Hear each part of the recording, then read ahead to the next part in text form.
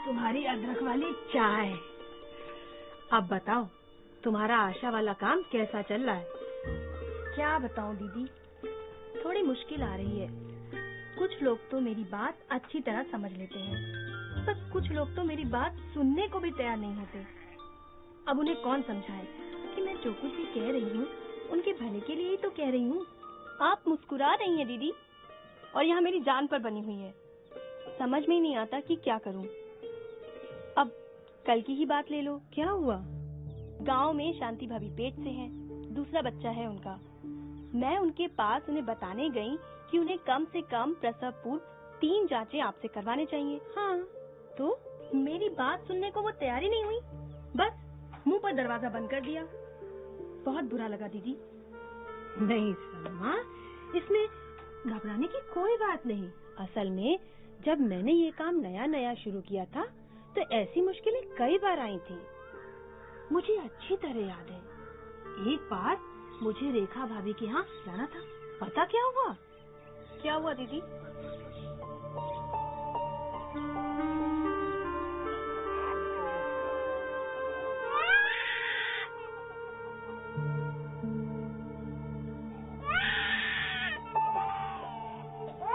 अरे क्या हुआ रेखा भाभी? काहे मुन्ना इतना रो रहा है? अब कहाँ बताएं ना मेहंदी, सवेरे से आफत मचाए है। हमरी तो कुछ समझ में नहीं आ रहा, बस रोए जा रहा। अरे भाई, बच्चे को थोड़ा ध्यान से रखा करो। जब सवेरे से रो रहा है तो हमारे पास लेकर काहे नहीं आई? एक तो तुम लोगों को जानकारी नहीं, एक के बाद एक जल्दी जल्दी बच्चे पैदा हो जाते हैं। ला, ला जरा देखो। ना कहाँ है? कहाँ बच्चा? कहाँ? अरे देखे। अरे भाभी, इसको तो दस्त हो रहे हैं, साफ करो इसको। और ये लो, ORS का घोल है, ये घोल कर पिलाती रहना इसको। और ध्यान है कैसे बनाना है। हाँ बताया था, पिला देना, ये पिला देना घोल करके इसको बार बार।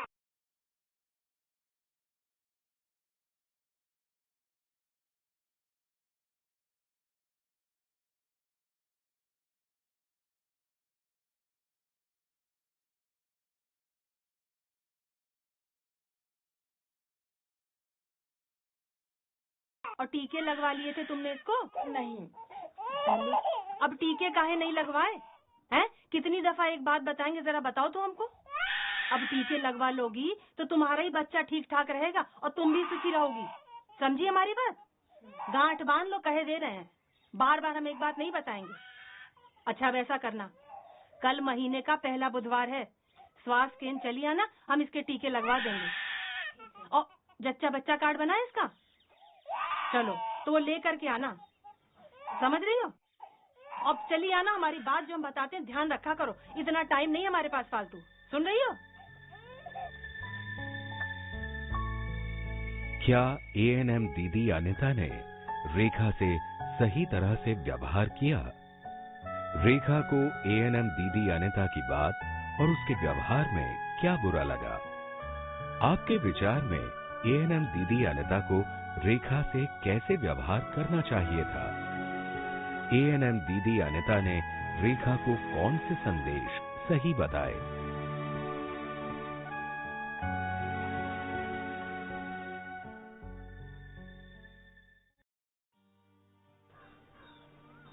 तो अगले रोज रेखा भाभी आई दीदी? नहीं, ना ही वो आई और ना ही फिर उन्होंने कई दिनों तक मुझसे बात की। और बाद में पता चला कि उनके बच्चे की तबीयत बहुत बिगड़ गई थी, यहाँ तक कि उसे अस्पताल में भर्ती कराना पड़ा। यही तो बात है दीदी, लोग हमारी बात समझते ही नहीं, और जब मुसीबत। नहीं सलमा, ऐसी बात नहीं है। असल में गलती हमेशा उनकी नहीं होती है, हम ही उनको अपनी बात सही तरीके से समझा नहीं पाते हैं। आपका क्या मतलब है? मतलब ऐसे नहीं। ये बताओ कि आज तुम्हें गांव वापस जल्दी तो नहीं जाना ना? नहीं। तो फिर एक काम करते हैं, तुम चलो मेरे साथ। आओ। कहाँ? अरे आओ तो सही, आओ।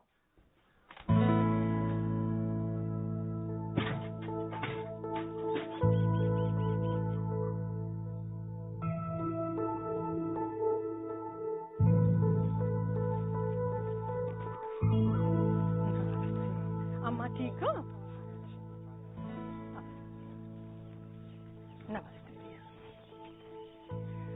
राम राम है ना बहन जी। राम राम जागेश्वर भैया, कैसे हो? ठीक हूँ बहन जी। और वो घर की मरम्मत का काम वो पूरा हुआ? भगवान की कृपा से बरसात होने से पहले ही ठीक हो गया। अरे फिर तो लड्डू पक्के ही समझो। है भैया, और सोनू कैसा है? और वो टीका लगाने के बाद उसको बुखार तो नहीं आया ना? नहीं, सोनू बिल्कुल ठीक है। आपने जैसा जैसा बताया था मैंने और सोनू की अम्मा ने वैसा ही किया। आप घर आइए ना, सोनू की अम्मा आपको बहुत याद करती हैं। कई रोज हो गए आपको घर आए हुए। अरे कई रोज कहाँ भैया, बस 3 ही दिन हुए हैं। फिर कभी आऊंगी, और सोनू से मिलने तो मैं जरूर आऊंगी। अब चलती हूँ। राम राम बहन जी। अच्छा, नमस्ते। जानती हो सलमा, ये जो जागेश्वर भैया है ना, ये पिछले बरस तक मुझसे बात ही नहीं करते थे, और तो और मुझे देखते ही अपना रास्ता बदल लेते थे, और मेरी सलाह लेना बड़े दूर की बात है। दीदी, आपने ये सब कैसे किया? मेरे गांव में भी कुछ ऐसे ही लोग हैं जो... देखो सलमा, लोगों से काम की बात करने से पहले हमें उनसे एक रिश्ता बनाना चाहिए। यानी कि पहले उनसे उनका हाल चाल पूछना होगा, उनके दिल की बात सुननी और समझनी पड़ेगी, फिर काम की बात करनी होगी। अब तुम ही बताओ कि जैसे तुम मेरे पास आती हो और मैं सीधे तुमसे काम की बात करने लगूं, तो तुम्हें कैसा लगेगा? अच्छा तो नहीं लगेगा, है ना? और अगर मैं तुमसे पहले तुम्हारा हाल चाल पूछूं, चाय पानी पिलाऊं, और फिर आराम से बैठकर तुम्हारी बात सुनूं, तो? दीदी आप हमेशा ऐसा ही तो करती हो, तभी तो मैं आपके पास आती हूँ। बस सलमा, आज से ये गुरु मंत्र अपने साड़ी के पल्लू में बांध कर यहाँ से जाओ कि जब भी किसी से मिलो प्यार से मिलो। पहले उससे दुआ सलाम करो, उसके हाल चाल पूछो, उसके दिल की बात सुनो और समझो, और जब जरूरी हो तभी उसे सलाह देना। यानी कि पहले उसे अपना बना लो और फिर अपनी बात कहो। अरे क्या हुआ सलमा, क्या सोचने लगी? दीदी मैंने तो ये सब सोचा ही नहीं। सच, शांति भाभी का क्या दोष? मैंने तो उनसे बात ही सही से नहीं की थी।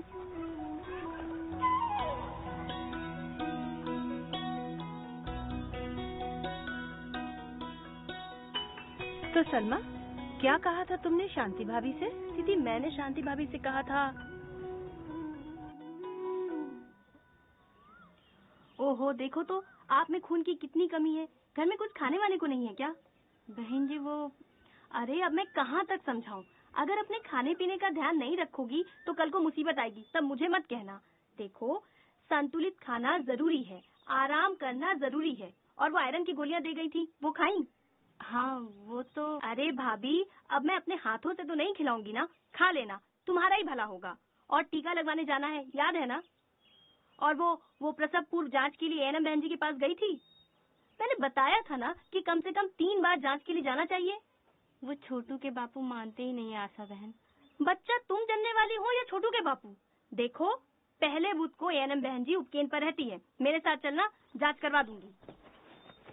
याद रखना भाभी। हाय अल्लाह, मैं भी क्या क्या करूं।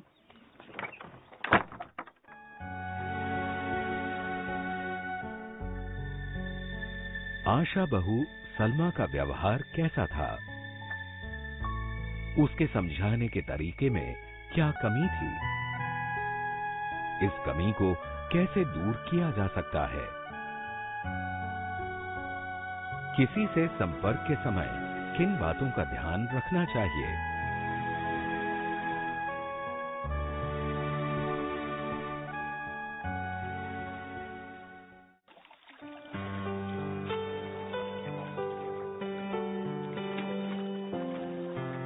सलमा, तुमने जो कुछ भी शांति भाभी से कहा वो सारी बातें बिल्कुल ठीक थी। हाँ दीदी, लेकिन मेरा तरीका गलत था। अब समझ में आ गया है। अच्छा, अब क्या समझ में आ गया? यही कि सबसे पहले मुझे शांति भाभी को अपनी सहेली बनाना चाहिए था। शाबाश। तो अब ये बताओ कि अब जब तुम शांति भाभी से मिलोगी तो क्या कहोगी? अब? अरे भाभी, इतने सुंदर चेहरे पर ये फीकापन क्यों? जरा नाखून तो दिखाओ। देखो भाभी, अब मैं आपसे नाराज हो जाऊंगी। क्यों आशा बहन? बहन कहती हो और बहन की बात भी नहीं मानती। ये क्या कह रही हैं आप? सच कह रही हूँ। आप ठीक से खाना भी नहीं खा रही हो ना? मैंने कहा था ना कि मेरी प्यारी भाभी आपको दूध, फल, हरी सब्जियां और गुड़ घी खाना चाहिए ताकि आपके आने वाले बच्चे की सेहत स्वस्थ हो। जो भी होता है खाती तो हूँ बहन।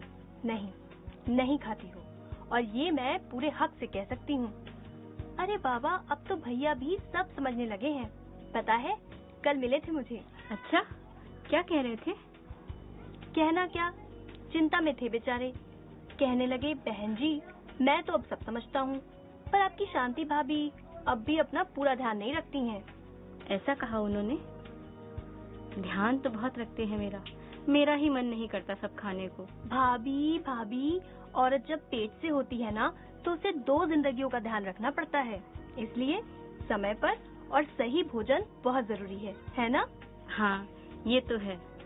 अच्छा, आपके आंगन में जो आम का पेड़ है, उसे आप ही ने लगाया था ना? अब तो उसमें फल आते होंगे।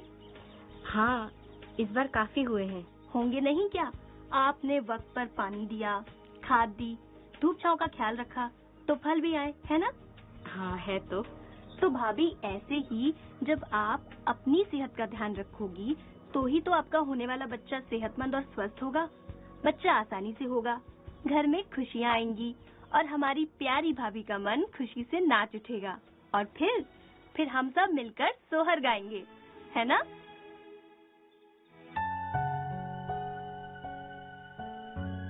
आशा बहू सलमा ने इस बार शांति से कैसे बात की? क्या आशा बहू सलमा ने आपसी बातचीत के 6 चरणों का पालन किया? आशा के लिए आपसी बातचीत के 6 चरणों का पालन करना क्यों जरूरी है? उदाहरण देना तथा मुहावरों का प्रयोग करना क्या सही है?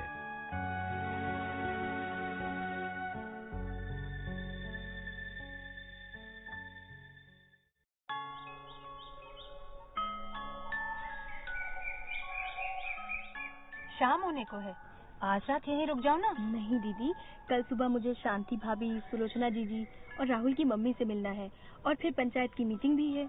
ओहो, ऐसी बात है तो फिर मैं नहीं रोकूंगी, मगर वक्त मिले तो आती रहना। जरूर आऊंगी दीदी। अच्छा, चलती हूँ। चलो, मैं भी चलती हूँ।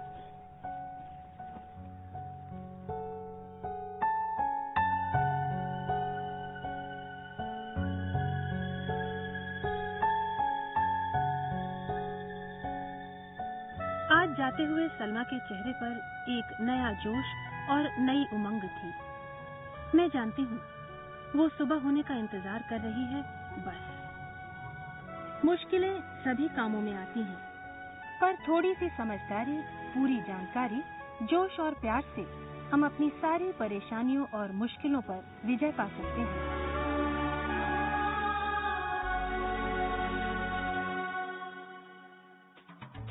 फिल्म में आपने देखा कि सलमा, जो एक आशा है, अपनी समस्या लेकर एएनएम बहन जी के पास आती है। समस्या ये है कि वो अपने गांव में लोगों से घुल मिल नहीं पा रही। लोग उसकी बात को ना तो सही तरह से सुनते हैं, ना ही मानते हैं। एएनएम बहन जी उसे अपने अनुभव से समझाती हैं। वो बताती हैं कि शुरू में उनके साथ भी ऐसा ही होता था, पर इसमें गलती हमेशा लोगों की नहीं होती थी। कुछ कमियां उनके काम करने में भी थीं, जिस कारण ना तो लोग उनकी बात सुनते थे और ना ही अपने और अपने बच्चों के स्वास्थ्य के लिए जो करना चाहिए वो करते थे। और टीके लगवा लिए थे तुमने इसको? अब टीके काहे नहीं लगवाए हैं? कितनी दफा एक बात बताएंगे, जरा बताओ तो हमको। अब टीके लगवा लोगी तो तुम्हारा ही बच्चा ठीक ठाक रहेगा और तुम भी सुखी रहोगी। समझी हमारी बात? गांठ बांध लो, कहे दे रहे हैं। इतना टाइम नहीं हमारे पास फालतू। सुन रही हो? सलमा देखती है कि अब वैसी बात बिल्कुल नहीं है। अब तो सभी गांव के लोग एएनएम बहन जी का बहुत सम्मान करते हैं और उनकी बातें मानते भी हैं। और वो टीका लगाने के बाद उसको बुखार तो नहीं आया ना? नहीं, सोनू बिल्कुल ठीक है। आपने जैसा जैसा बताया था, मैंने और सोनू की अम्मा ने वैसा ही किया। आप घर आइए ना, सोनू की अम्मा आपको बहुत याद करती हैं। कई रोज हो गए आपको घर आए हुए। अरे कई रोज कहाँ भैया, बस 3 ही दिन हुए हैं, फिर कभी आऊंगी। और सोनू से मिलने तो मैं जरूर आऊंगी। अच्छा, राम राम बहन जी। अच्छा, नमस्ते। एएनएम बहन जी सलमा को इस बदलाव का कारण समझाती हैं। वो बताती हैं कि जरूरत है प्यार से सबसे पहले उनकी बात सुनने और समझने की, उनकी सहेली बनने की, और इसी को हम अंतर्वैयक्तिक संचार के 6 चरण कहते अब तुम्हें हैं। बताओ कि जैसे तुम मेरे पास आती हो और मैं सीधे तुमसे काम की बात करने लगूं, तो तुम्हें कैसा लगेगा? अच्छा तो नहीं लगेगा, है ना? और अगर मैं तुमसे पहले तुम्हारा हाल चाल पूछूं, चाय पानी पिलाऊं और फिर यानी अभिवादन करना, हाल चाल पूछना, आने का कारण बताना, समस्या सुलझाने में मदद करना, विस्तार से हल समझाना, मदद करने के लिए लौटना, और एएनएम बहन जी से यही समझकर सलमा ने जाना कि वो कैसे इस प्रणाली को अपने काम में प्रयोग कर अपने काम को और अच्छा और बेहतर कर सकती है। हाँ दीदी, लेकिन मेरा तरीका गलत था। अब समझ में आ गया है। अच्छा, अब क्या समझ में आ गया? यही कि सबसे पहले मुझे शांति भाभी को अपनी सहेली बनाना चाहिए था। भाभी, औरत जब पेट से होती है ना, तो उसे 2 जिंदगियों का ध्यान रखना पड़ता है। इसलिए समय पर और सही भोजन बहुत जरूरी है ना? हाँ, ये तो है। अच्छा, आपके आंगन में जो आम का पेड़ है, उसे आप ही ने लगाया था ना? अब तो उसमें फल आते होंगे। हाँ, इस बार काफी हुए हैं। होंगे नहीं क्या? आपने वक्त पर पानी दिया, खाद दी, धूप छांव का ख्याल रखा, तो फल भी आए, है ना? हाँ, है तो भाभी, ऐसे ही जब आप अपनी सेहत का ध्यान रखोगी, तो ही तो आपका होने वाला बच्चा सेहतमंद और स्वस्थ होगा।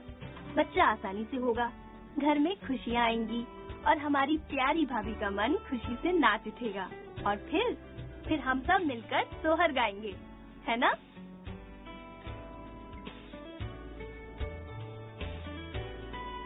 और सलमा अब जोश से भरी अपने गांव लौटती है।